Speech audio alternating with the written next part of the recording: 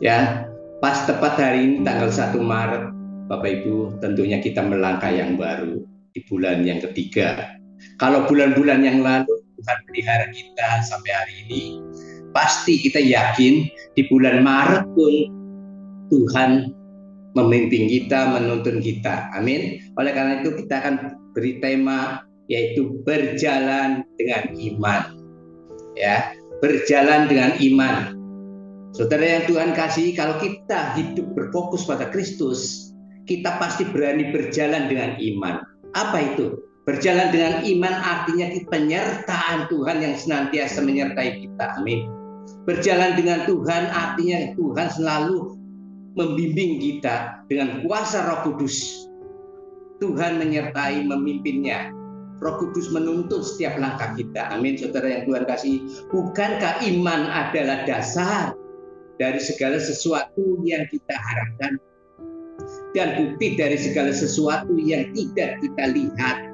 Itulah makanya kita mau berjalan dengan iman, dengan sungguh-sungguh. Bahkan di dalam 2 Korintus pasal 5 ayat yang ke-7 di sana juga dikatakan, sebab hidup kami ini adalah hidup karena percaya. Sekali lagi, hidup karena percaya, bukan karena melihat. Bapak Ibu yang Tuhan kasihi, biarlah di bulan yang Maret ini kita mau melangkah berjalan dengan iman karena penyertaan Tuhan.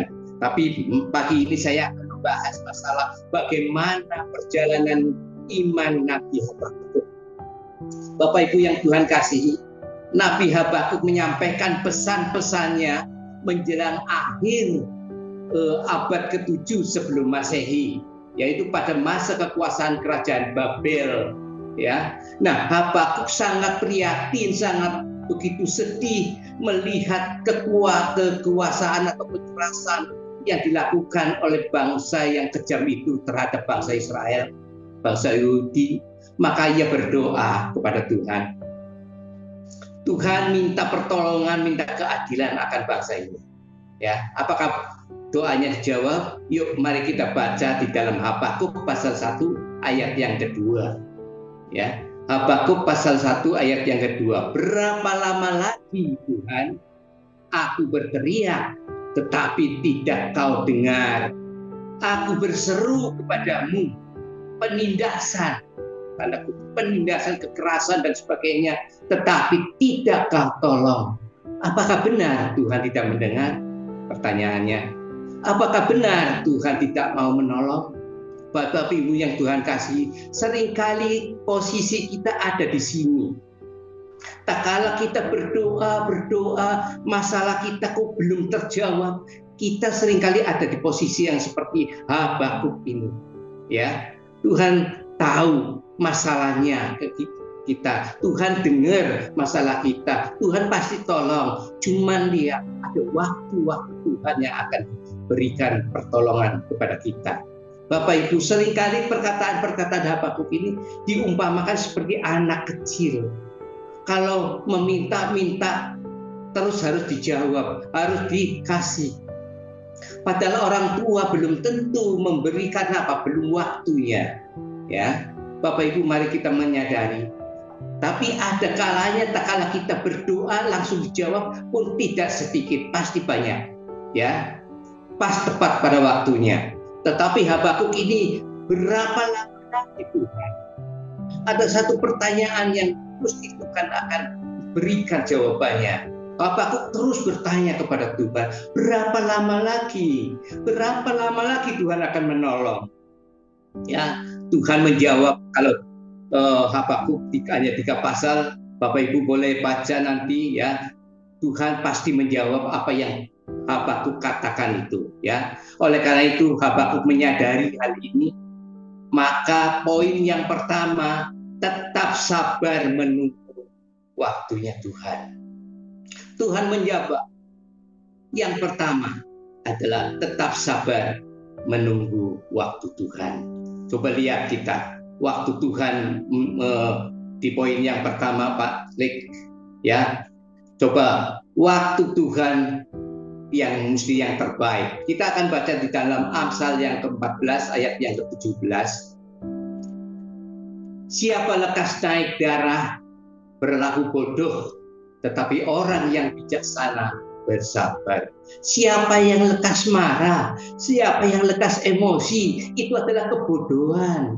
Bapak Ibu yang saudara kasih, banyak yang terjadi ya akhir-akhir ini viral. Kenapa? Mereka emosi, mereka bodoh dalam mengatasi masalah.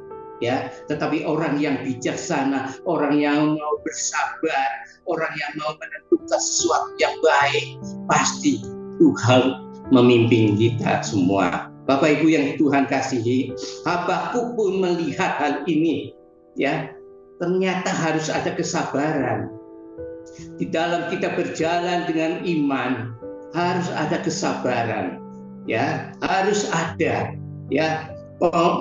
Kondisi kita melihat bahwa semua itu Tuhan punya rencana yang luar biasa. Coba kita baca di dalam Habakuk pasal 2 ayat yang pertama.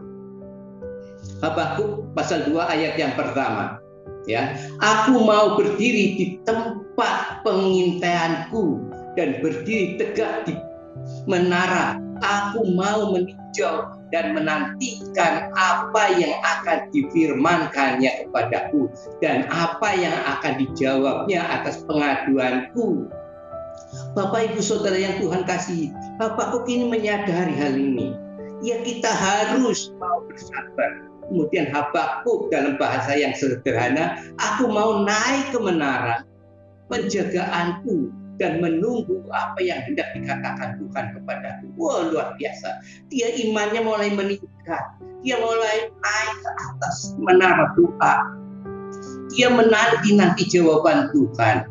Luar biasa. Jawaban Tuhan di dalam ayat yang ketiga dalam bahasa yang sederhana, catatlah itu, sebab sekarang belum waktunya, tetapi saat itu segera tiba, dan apa yang kunyatakan kepadamu pasti akan terjadi.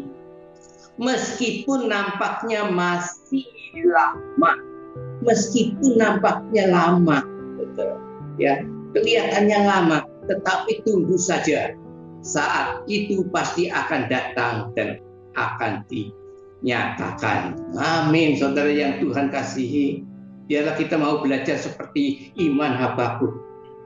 Tak kalah menyadari, ya, harus ada kesabaran menunggu waktu-waktu Tuhan.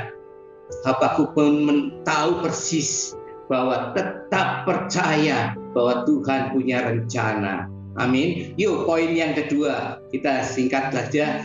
Tetap percaya Tuhan punya rencana. Di poin yang kedua, kita lihat, ya, Yeremia pasal 29 ayat 11, sudah tidak asing lagi, sebab aku ini mengetahui rancangan-rancangan apa yang ada padaku mengenai kamu. Demikian firman Tuhan, yaitu rancangan damai sejahtera dan bukan rancangan kecelakaan, untuk memberikan kepadamu hari depan yang penuh harapan. Wow, luar biasa. Ya, kalau kita mengetahui berjalan bersama Tuhan, berjalan dengan iman, pasti mau tahu persis bahwa Tuhan punya rencana dalam setiap kehidupan kita. Amin, saudara. Ya, kita percaya bahwa Tuhan punya rencana di dalam hidup kita. Bapak Ibu yang Tuhan kasihi, bahkan di dalam Habakuk pasal 2 ayat 4b, di sana dikatakan bahwa orang yang benar akan hidup oleh percaya. Orang yang benar akan hidup oleh percaya. Bapak Ibu yang Tuhan kasih, kita ada contoh orang yang penjual tahu, ya, tahu mereka mengolah, ya, malam-malam dia mengolah, kemudian pagi hari dia berjualan ke pasar, ya. Karena akses yang ke jalan raya begitu jauh, yang paling dekat adalah melewati ini sawah ini, ya. Tuhan, saudara yang Tuhan kasih, ini tiap hari berjualan tahu di pasar, ya. Kalau habis dia belanja lagi untuk besok, dan dia punya langganan atau kenalan dengan mobil omprengan atau mobil tol yang biasa ke pasar, ya. Bapak ini setiap pagi menunggu, kemudian mobil omprengan datang atau mobil yang mau jemput dia datang langsung ke pasar, atau mobilnya dulu yang nunggu, dia baru datang berangkat lagi. Udah punya langganan sama teman-teman yang di dalam tol ya omprengan itu ya banyak orang yang mau ke pasar udah kenal dekat karena ini sudah berjalan berbulan-bulan, mungkin sudah bertahun-tahun dia berjalan ya jualan. Nah pada suatu hari ya mungkin baru ditanamin padi ya, karena ditanamin padi dia mulai jualan pagi, kemudian di tengah-tengah sawah itu terpleset dia dan jatuh. Apa yang terjadi? Semua tahu yang dia mau jual semuanya tumpah dan kotor semua. Ya, untung ada orang yang lewat, tolong sampaikan kepada mobil yang sudah nunggu di jalan raya itu, ya sampaikan bahwa saya nggak bisa ke pasar karena jatuh. Dia sampaikan, dan orang yang di dalam tol itu, waduh kasihan ya Bapak, jualan tahunya sampai hari ini nggak jualan. Dia berangkat. Kemudian bapak ini pulang ke rumah, untung istrinya bijaksana, untung istrinya baik. Kenapa Pak? Jatuh. Ya udah bapak mandi dulu, ganti pakaian, ya bersih-bersih. Dan biarlah tahu yang jatuh ini saya yang bersihin, kata ibunya ini, kata istrinya. Ya, iya Bu, boro-boro ada untung Bu hari ini, modal aja belum tentu kita kembali. Ya sudah biarin. Yang penting bapak sehat. Ya. Oke, jalan. Setelah selesai semua dia termenung. Biasa, kalau ada masalah pasti bertanya sama Tuhan. Tuhan, mengapa hal ini terjadi? Tuhan, mengapa hal-hal seperti ini? Kita orang kecil, jualan kecil, tapi masalah ini terjadi dalam hidup kita.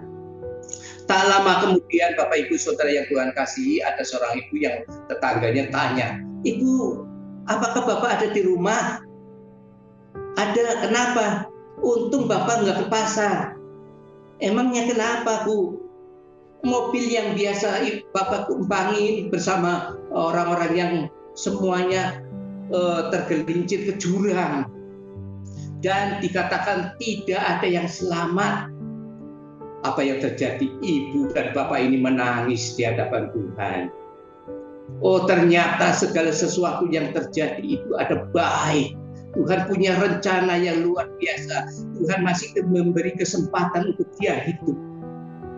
Bapak Ibu yang Tuhan kasihi, seringkali kita ada di dalam masalah yang sesuai yang kita tidak terduga. Mari kita mau koreksi diri kita bahwa Tuhan pasti punya rencana. Tak lama kemudian apa yang terjadi, Bapak Ibu? Ada seorang angon bebek, bapak-bapak, dia tanya, Pak, masih ada tahu walaupun sudah rusak nggak masalah, atau yang hancur juga nggak masalah. Emang buat apa Pak? Ya, bapak ini bertanya kepada tukang angon bebek. Ya, buat campuran makanan buat makan bebek. Oh, ada Pak. Mau berapa? Seadanya. Semuanya dibeli semua oleh bapak ini. Bapak Ibu yang Tuhan kasihi.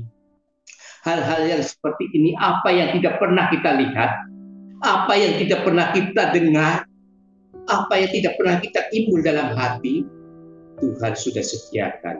Karena Tuhan punya rencana dalam setiap perjalanan hidup kita. Amin. Ini saudara yang Tuhan kasih, seringkali kita mengeluh tak kala kita dihadapkan satu masalah. Mengapa Tuhan? Mengapa Tuhan? Ini berlaku dalam hidup kita. Mengapa terjadi dalam hidup kita? Sesungguhnya kalau kita lihat Habakuk, mengerti masalah ini, marilah Bapak Ibu Saudara yang Tuhan kasih, kita juga menyadari bahwa Tuhan pasti punya rencana dalam setiap masalah yang terjadi. Amin saudara yang Tuhan kasih. Yuk kita lanjut di poin yang ketiga. Tak kala kita berjalan dengan iman, tetap andalkan Tuhan dalam segala keadaan. Tetap andalkan Tuhan dalam segala keadaan. Apapun masalah yang kita hadapi saat ini, saudara yang Tuhan kasih. Mari di dalam Yeremia 11, di dalam Yeremia 17 ayat 7, diberkatilah orang yang mengandalkan Tuhan dan yang menaruh harapannya pada Tuhan. Ini poin. Tak kala kita dihadapkan satu masalah, percobaan apapun, ya, tetap kita andalkan Tuhan. Penyertaan Tuhan pasti ada yang luar biasa, mujizat terjadi. Amin saudara yang Tuhan kasih. Ya, Bapak Ibu, Habakuk pun menyadari hal itu. Tak kala dia mengetahui hal semuanya, iman Habakuk luar biasa. Di dalam Habakuk pasal 3 ayat 17 dan 18, mari kita lihat perjalanan Habakuk, iman Habakuk yang luar biasa. Ya, Habakuk pasal 3 ayat 17, ya, sekalipun pohon ara tidak berbunga, ya, pohon ara itu tidak berbunga, pohon anggur tidak berbuah, hasil pohon zaitun mengecewakan, sekalipun ladang-ladang tidak menghasilkan bahan makanan, kambing domba terhalau dari kurungan, dan tidak ada lembu sapi dalam kandang. Bapak Ibu Saudara yang Tuhan kasih, saat-saat ini mungkin kita ada di posisi yang seperti Habakuk. Ya, kita mau masuk ke dapur, tidak ada beras, tidak ada Indomie, tidak ada bumbu-bumbu, semuanya kosong. Dompetnya kita buka pun kosong. Seringkali kita dihadapkan satu masalah yang luar biasa. Ya, namun lihat Habakuk, namun aku akan tetap bersorak-sorai dalam Tuhan, beria-ria dalam Allah yang menyelamatkan kami. Bapak Ibu yang Tuhan kasih ini, sekalipun masalah itu datang menimpa, bahkan tadi nyanyian, sekalipun kita ada di dalam lembah kekelaman, kita tidak akan takut bahaya karena penyertaan Allah. Ya, seringkali kita takut lebih dulu. Tak kala kita di posisi seperti Habakuk ini, apakah kita mau beria-ria? Apakah kita mau bersukaria? Apakah kita mau bersenang-senang, tetap memandang Tuhan? Ya, bahkan di dalam ayat yang ke-19, Allah Tuhanku itu kekuatanku, Ia membuat kakiku seperti kaki rusa, Ia membiarkan aku berjejak di bukit-bukit. Luar biasa. Tuhan yang memberikan kekuatan, saudara yang Tuhan kasih.